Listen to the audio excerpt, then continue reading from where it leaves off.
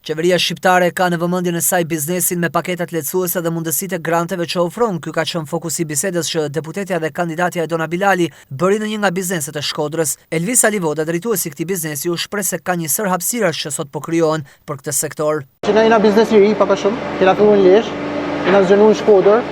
edhe për një periudhë kohë 2-3 vjeçare kena arritur me pas 120 punëtorë. Por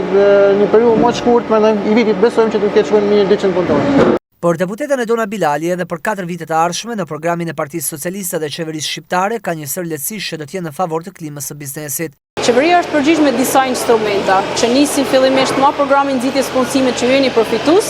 tek programi i vazhdueshëm i aftësimit profesional, pra dhe në momentin që punësohen të vazhdojnë të rrisin aftësitë e tyre teknike, programi i garancisë sovrane, që jep mundësinë e aplikimit me kredi me norma shumë më preferenciale se sa që janë bankat e nivelit 2, Agjencinë Shqiptare të Zhvillimit të Investimeve, njohur ndryshe si AIDA me akronim, për mbështetje edhe për makineritë, por edhe për certifikimin me standarde ndërkombëtare për pjesëmarrjen nëpër panajire, ndërkohë që kjo industri, pavarësisht se synimi është kalimi në cikël të mbyllur dhe kjo është një ambicie e qeverisë e hershme, ndërkohë paralel me këtë, patjetër vazhdon edhe mbrojtja nga ana sociale. Indirekt, edhe për punonjësit është duke u menduar nga qeveria për programe që lidhen me lehtësitë që u sjellën rolit të gruas tashmë si nana, pra duke i lehtësuar me procesin e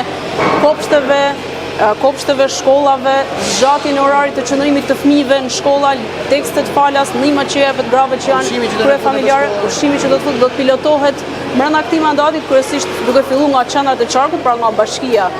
Shkodër, dhe do vijojnë të përhapet avash derisa të kolaudohet i gjithë procesi. Gjatë bashkëbisedimit, Bilali kërkoi mbështetjen e punonjësve për zgjedhjet e 11 majit, si datë në cilën Shkodra do të zgjellë vazhdimsinë e projekteve dhe investimeve.